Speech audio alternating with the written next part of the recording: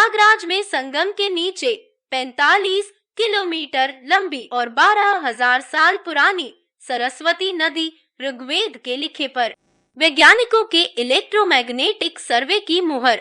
अपने पूर्वजों से सुनते आए पवित्र सरस्वती नदी की कहानियां सिर्फ कहानी ही नहीं बल्कि अखंड सच्चाई है।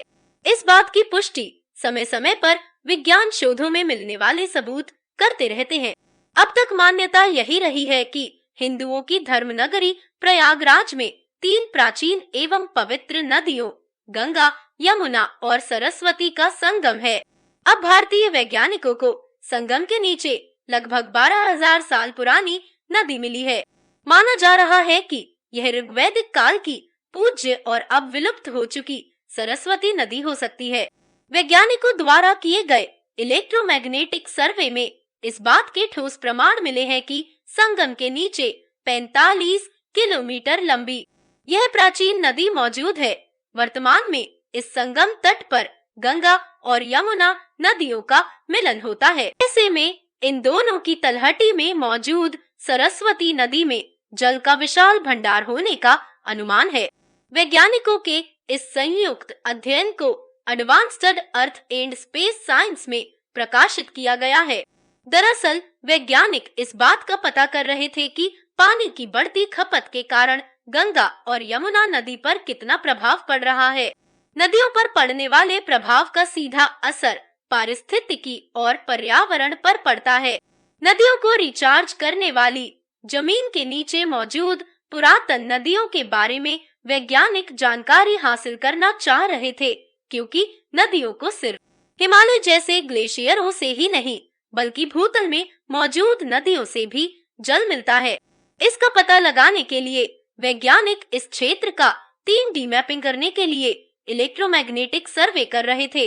वैज्ञानिकों ने पाया कि विंध्य फॉर्मेशन के अंतर्गत आने वाली एक अति प्राचीन नदी गंगा और यमुना की तलहटी में मौजूद है। इस प्राचीन नदी का एक्वीफर सिस्टम और पुरातन नहरें आपस में जुड़ी हुई हैं और एक दूसरे की पानी की जरूरतों को पूरा कर रही हैं। इस प्राचीन नदी की लंबाई 45 किलोमीटर, चौड़ाई 4 किलोमीटर और गहराई 15 मीटर है। इसमें 2700 एम रेत है और जब यह पानी से पूरी तरह भरी रहती है तो यह जमीन के ऊपर 1300 से 2000 वर्ग किलोमीटर के इलाके को सिंचित करने योग्य भूजल देती है। 1000 एम जल क्षमता वाली यह नदी गंगा और यमुना में जल के स्तर को संतुलित करने का भी काम करती है।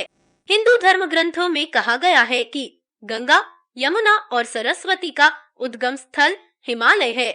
अध्ययन में इस बात को माना गया है कि खोज में मिली यह नदी संभवतः हिमालय तक जाती है।